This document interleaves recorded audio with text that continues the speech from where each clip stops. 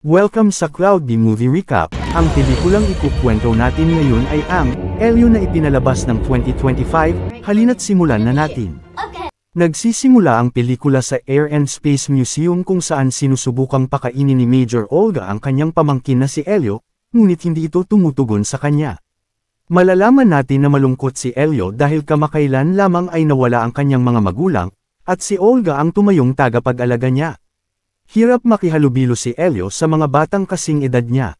Habang binabati ni Olga ang isang matagal na kaibigan, lumayo si Elio at napunta sa isang exhibit tungkol sa Voyager 1. Lubos siyang humanga sa hiwaga ng kalawakan at sa posibilidad na may ibang buhay sa labas ng mundo. Mula noon, naging obsesyon ni Elio ang makaalis sa Earth at makipagkita sa mga alien.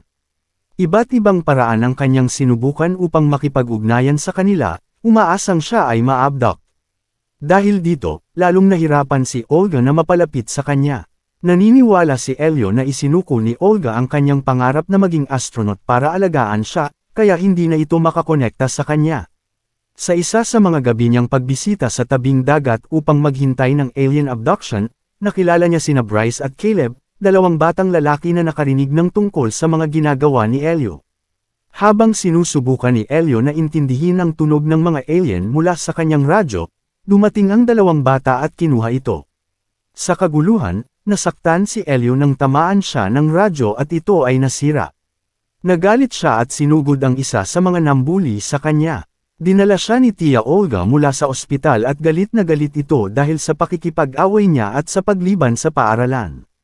Biro pa nito, baka kailanganin na siyang lagyan ng tracker. Dinala ni Tia Olga si Elio sa kanyang pinagtatrabahuhan sa isang base, kung saan ipinakilala siya sa siyentipikong si Gunther Melnick.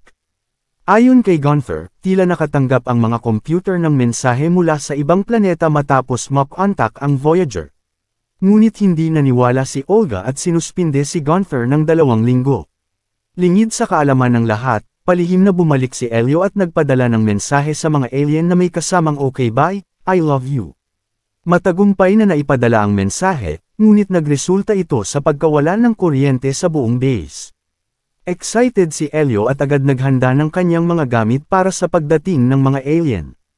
Ngunit pinagalitan siya ni Tia Olga at sinabing walang darating na alien at nawawala na siya sa tamang pag-iisip. Halos mawala ng trabaho si Olga dahil sa kanya. Bilang solusyon, nagdesisyon si Tia Olga na ipasok siya sa isang boarding school. Ngunit pakiramdam ni Elio ay tinatuboy siya. Gusto lamang ni Olga na makahanap siya ng kaibigan, ngunit sabi ni Elio, hindi niya kailangan ng kaibigan, kailangan niyang makatagpo ng mga alien. Naniniwala siya na kung 500 milyong planeta ang maaaring tirhan sa kalawakan, tiyak na isa roon ay gugustuhin siya. Kasi sa tingin niya, ni ang kanyang tiya ay ayaw sa kanya.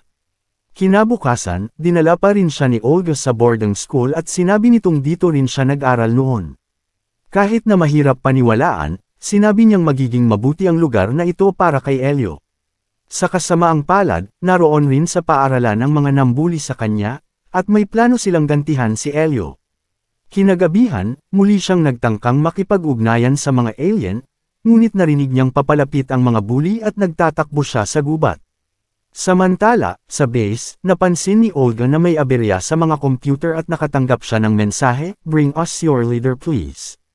Habang binubugbog na dapat si Elio ng mga bully, biglang huminto ang oras. May bumukas na portal sa langit at hinihigop si Elio, masaya siyang lumipad papasok. Dinala siya sa Communiverse, isang lugar sa kalawakan kung saan nagtitipon ang mga lider ng iba't ibang planeta upang magbahagi ng kaalaman. Doon niya nakilala ang isang likidong supercomputer na si Yu na tumulong sa kanya na makipag-usap sa mga alien. Binigyan din siya ng disk upang ma-regulate ang gravity at temperatura ng katawan niya. Sinalubong siya ng mga ambasador na sina Cuesta, Helix, at Tegman. Napagkamalan nila siyang leader ng Earth matapos nilang matanggap ang kanyang mensahe, at inakala nilang siya rin ang nagpadala ng Voyager spacecraft. Bago pa makapagpaliwanag si Elio, kinailangan muna nilang harapin ang isa pang nais sumali sa Communiverse, si Lord Grian mula sa Hierarchian Race, isang mapanirang pinuno. Tinanggihan siya ng mga ambasador dahil sa kanyang ugali. Nagbanta si Grian na kung hindi siya tatanggapin, sasakupan niya ang buong Communiverse. Dahil dito, nagplano ang mga ambasador na magtago sa dulo ng universo at patayin ang lahat ng ilaw. Pinauwi nila si Elio at sinabing hindi na sila tatanggap ng bagong miyembro. Sa halip na bumalik sa mahirap niyang buhay sa Earth, nagpa siya si Elio na makipagkasundo kay Grian, maaaring ito ang daan para mapabilis ang pagiging ambasador niya. Ipinakita niya ang kanyang eye patch bilang patunay ng kanyang battle scar. Tinanggap ng mga ambasador ang alok niya at isinama siya ni Yu sa misyon. Kumuha si Yu ng sipon mula sa ilong ni Elio bilang DNA sample upang makagawa ng clone niya. Ang clone ay ibinalik sa Earth upang gumanap bilang Elio habang nasa kalawakan siya. Binigyan din siya ng Universal User Guide para sa mga diskarte sa pakikipagnegosasyon. Dinala si Elio sa mothership ng Hierarchian kung saan nakipagkita siya kay Grian. Nakita niyang malupit ito at pumapatay ng mahihinang nilalang para lang sa kasiyahan. Kaya pala ayaw siyang tanggapin ng Communiverse. Matalinong sinabi ni Elio kay Grian na kahit hindi siya tanggap ng iba, tiyak na may isa sa kalawakan na magpapahalaga sa isang makapangyarihang nilalang tulad niya. Ngunit biglang naputol ang pag-uusap nila nang may dumating na tauhan ni Grian at nagsabing gusto siyang makita ng anak nito. Sinubukang makipag-relate ni Grian kay Elio, inakalang pareho silang ama. Nagreklamo si Grian na hirap siya sa anak niya na tila walang pakialam sa kanyang sinasabi. Biro ni Elio, kung mahirap na ang anak niya, ipadala na lang niya sa malayo. Nagalit si Grian at inakala niyang minamaliit siya ni Elio. Tinapos niya ang negosasyon at ipinakulong si Elio. Samantala sa Earth, inuwi ni Olga ang clone ni Elio mula sa camp matapos mabalitaan ang panibagong away. Ngunit nagulat siya dahil tila naging mas magalang at palakaibigan na ito pagkatapos ng isang araw lang. Habang nasa selda, nagtangkang tumaka si Elio at nakilala ang anak ni Grian na si Gordon, isang malaking nilalang na mukhang uod. Napansin ni Elio na kabaligtaran ito ng kanyang ama, mabait at inosente. Ipinakita ni Gordon ang kanyang robot armor at doon napagtanto ni Elio na hindi naman talaga makapangyarihan si Grian, kundi ang armor lang niya ang nakakatakot. Nakita ng mga gwardya si Elio na nakatakas, kaya tinanong siya ni Gordon kung isa ba siyang mamamatay tao.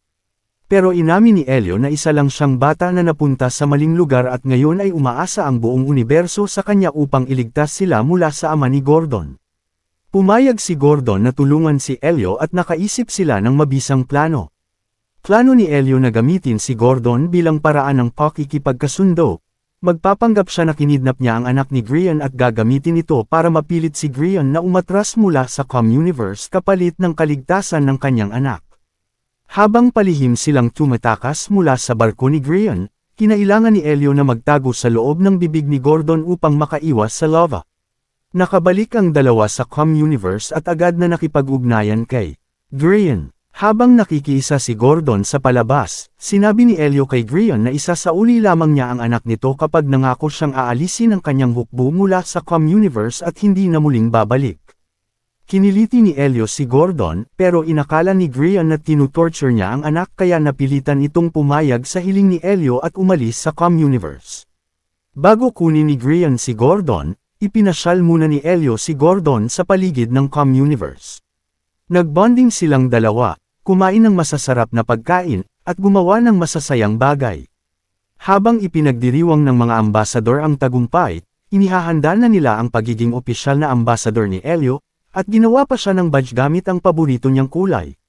Dumating si Grian sa Communiverse upang kunin ang kanyang anak, ngunit inamin ni Gordon kay Elio na ayaw na niyang bumalik. Umiiyak siya habang sinasabi na ayaw niyang maging isang war machine gaya ng kanyang ama. Naawa si Elio at nakaisip ng solusyon, gumawa ng clone ni Gordon para ito ang bumalik kay Grian habang ang tunay na Gordon ay mananatili sa piling ni Elio. Samantala, nagsimulang mapansin ni Olga na kakaiba ang ugali ng clone ni Elio. Hindi raw ito dating naghuhugas ng pinggan o nagpapakita ng labis na paggalang. Dahil dito, palihim siyang kumuha ng hibla ng buhok at pinasuri. Laking gulat niya nang gumalaw ang buhok. Pumasok si Olga sa kwarto at dahan daw ang inalis ang eye patch ng clone, may iisang mata lang ito. Nagising ito at ipinaliwanag ang lahat. Habang nagtatago si Elio kay Gordon sa isang barko, dinala niya ang clone kay Grian. Natuwa si Grian at agad pinasakay ang anak sa kanyang carapace upang maprotektahan ito. Tapat sa kanyang pangako, umalis si Grian at hindi na nagbanta pa. Ngunit habang umaalis, napansin ni Grian na tila hindi normal ang asal ng anak niya, masyado itong sabik sa pananakop at digmaan. Doon napagtanto ni Grian na hindi niya tunay na anak ang nasa harap niya. Nagngit-ngit siya at tinutukan si Elio at ang buong universo.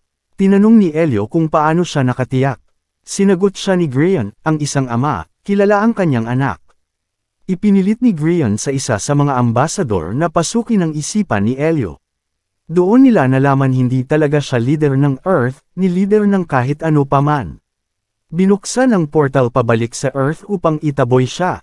Ngunit bago siya may padala, dumating si Grian na mas galit pa dahil hindi pa rin niya natatagpuan ang anak. Pinahuli niya ang mga ambasador at sinimulang sirain ang lugar sa paghahanap kay Gordon. Sa gitna ng kaguluhan, isang ambasador ang nagpadala kay Elio pabalik sa Earth upang iligtas siya, kahit sinisisi siya sa nangyari. Napadpad si Elio sa baybayin at nakita sina Olga at ang clone na magkasama. Akala niya'y tuluyan na siyang pinalitan. Ngunit narinig niya si Olga na think time na nananalanggan na sana magtagumpay ang plano upang makabalik si Elio. Lumapit siya at ipinakilala ang sarili. Nagkaayos silang dalawa. Naging emosyonal si Elio dahil noon lang niya naramdaman kung gaano siya kamahal ni Olga. Napansin nilang may kakaibang nangyayari sa military base, doon pala bumagsak ang barko ni Gordon. Dali-daling nagtungo sina Olga, Elio, at ang clone doon. Gumawa ng diversion ang clone sa pamamagitan ng paglusaw sa sarili upang makapasok sina Elio at Olga. Si Gordon ay nanghihina na dahil sa hypothermia, hindi niya matanggap ang klima ng Earth. Na-activate nila ang barko at lumipad patungong kalawakan.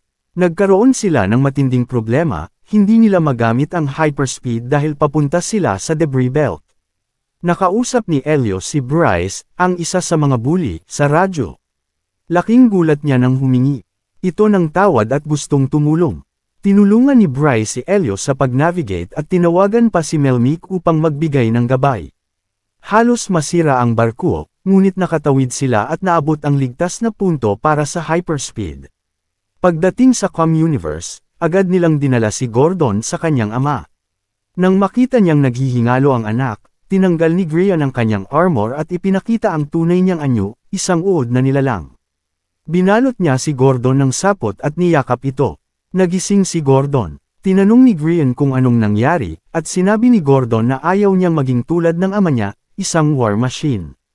Sinabi naman ni Grian na alam na niya iyon. Maaaring hindi niya maintindihan ang anak, pero mahal niya ito. Humingi siya ng tawad kay Elio at sa buong Com-Universe, unang beses niyang gawin ito. Sa kabila ng mga kasinungalingan ni Elio, binigyan pa rin siya ng council ng badge para maging opisyal na ambassador. Dahil kahit nagsinungaling siya, ipinakita niyang handa siyang magsakripisyo para sa iba, tanda ng tunay na leader. Masaya si Elio, ngunit hindi si Olga. Alam niyang hindi na babalik si Elio sa Earth. Napansin ito ni Elio at ibinalik ang badge. Sinabi niya na kamangha-mangha ang Com-Universe, ngunit kamangha-mangha rin ang Earth. Hindi niya ito nabigyang pansin noon, pero gusto niyang subukan ngayon. Ipinahatid ng Com-Universe sina Elio at Olga pabalik sa Earth. Habang bumababa ang barko, nasaksihan ito ng lahat, mula sa kampo hanggang sa military base, pati si Melmick. Magkasamang pinanood nina Elio at Olga ang pag-alis ng barko, magkatabi, at ngayon ay tunay na magkasama. Dito na nagtatapos ang pelikula. Salamat sa panunood hanggang sa susunod na video.